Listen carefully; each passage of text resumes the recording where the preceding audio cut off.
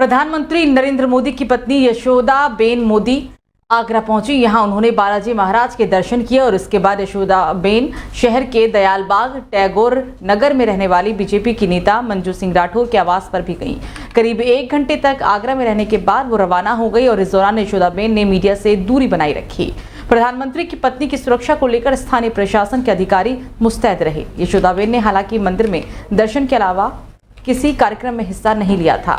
आपको बता दें कि बताया जा रहा है कि आगरा में उनका आना धार्मिक प्रयोजन के कारण ही था। बीजेपी नेता मंजू सिंह के अलावा कहीं और उनके आवास पर कोई नहीं था। जैसे ही प्रधानमंत्री मोदी की धर्मपत्नी यशोदा बेन के बीजेपी नेत्री के आवास पर आने की खबर फैली, वहां स्थानीय लोगों का जमावड़ा भी लग गया। भीड़ ने भी उनका स्वागत सत्कार किया। कई स्थानीय बीजेपी नेता और कार्यकर्ता भी पहुंच गए। करीब 1 घंटे तक यशोदा बेन विश्राम किया और इसके बाद वो गुजरात के लिए रवाना हो गई। इस दौरान उन्होंने मीडिया से कोई बातचीत नहीं की। स्थानीय लोगों ने कहा है कि यशोदा बेन बहुत ही सरल स्वभाव की हैं, मिलनसार हैं, उन्होंने सभी से बात की है। तो ग्रेटर नोएडा के दादरी लुहारली टोल प्लाजा पर दबंगों की दबंगई देखने की मिली है। यहाँ पर दरअसल एक दरोगा की दबंगई देखने को मिली। टोल पार करने को लेकर दरोगा और टोलकर्मी के बीच नोकझोंक हुई और इसके बाद दरोगा ने गाड़ी से उतरकर टोल के बैरियर को तोड़ दिया और कई गाड़ियों को बिना टोल के ही निकाल भी दिया। इस दौरान जब सुरक्षाकर्मी ने बैरियर को पकड़ने की कोशिश की तो दरोगा ने उसके साथ मारपीट कर दी। ये पूरी घटना सीसीटीवी कैमरे में कैद हो चुकी है। दरअसल दादरी थाना क्षेत्र के दादरी लुहारली टोल प्लाजा पर एक दरोगा ने जमकर दबंगई की है। एक दरोगा गाड़ी से बुलंदशहर की तरफ से गाजियाबाद की तरफ जा रहा था। बताया जा रहा है कि और इसी दौरान गाड़ी निकलने में देरी हो गई, जिसके बाद गाड़ी में सवार दरोगा आग बबूला हो गया और वो बाहर आ गया और टोल कर्मी से बहस करने के बाद टोल बैरियर को मोड़ दिया। जबरन गाड़ियों को भी बाहर वो निकलवाने लगा। बता दें कि इस दौरान ये पूरी घटना सीसीटीवी कैमरे में कैद हो चुकी है।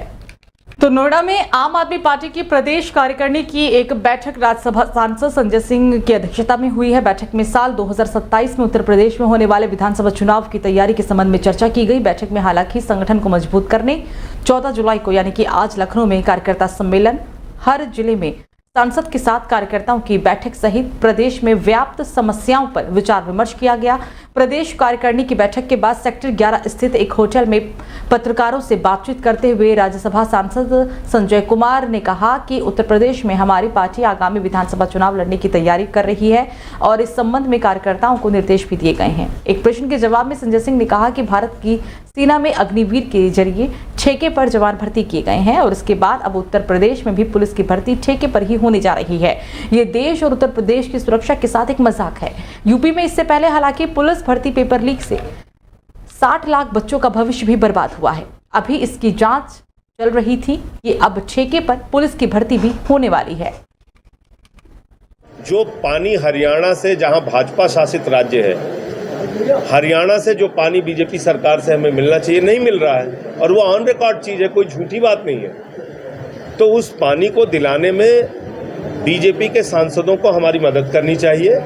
राजनीति को एक तरफ रखते हैं, पानी पिलाने से तो ज्यादा पुण्य का काम कोई नहीं हो सकता। हिमाचल पानी छोड़ रहा है, हरियाणा पानी नहीं छोड़ रहा है, तो ये कष्ट है, ये पीड़ा है जिसकी वजह से आज पानी की समस्या। हाँ, बात कर रहे हैं और हम लोग कोर्ट में भी गए। तो वहीं गोंडा में संदिग्ध परिस्थितियों में विवाहिता की मौत हो गई, जिसके बाद परिवार में कोहराम मच गया। हत्या या आत्महत्या की गुत्थी सुलझाने में पुलिस लगी हुई है। हालांकि पुलिस मौके पर पहुंची और शव को कब्जे में लेकर पोस्टमार्टम के लिए भेज दिया गया। परिजनों का आरोप है कि पुलिस ने जबरन तहरीर मृतका के भाई के आधार पर दर्ज की। घटनास्थल पर पहुंचे फॉरेंसिक टीम जांच पड़ताल कर रही है। पूरा मामला थाना धानेपुर के अंतर्गत सुकूल गांव का है।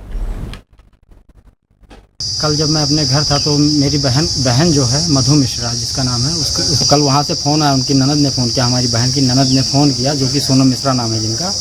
फ़ोन किया कि आपकी बहन एक्सपायर हो गई, उनको झटका है, वो एक्सपायर हो गई। हमने पूछा क्या कैसे कारण हुआ, तो नहीं बताई।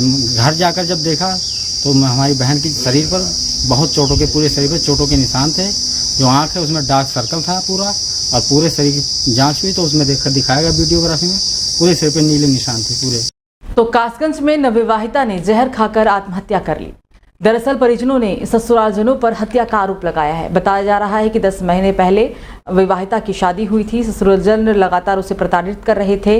बता दें कि परिजनों का इस दौरान दहेज का भी आरोप लगाया गया है। परिजनों ने ससुरालीजनों पर उत्पीड़न और मारपीट का गंभीर आरोप लगाया है।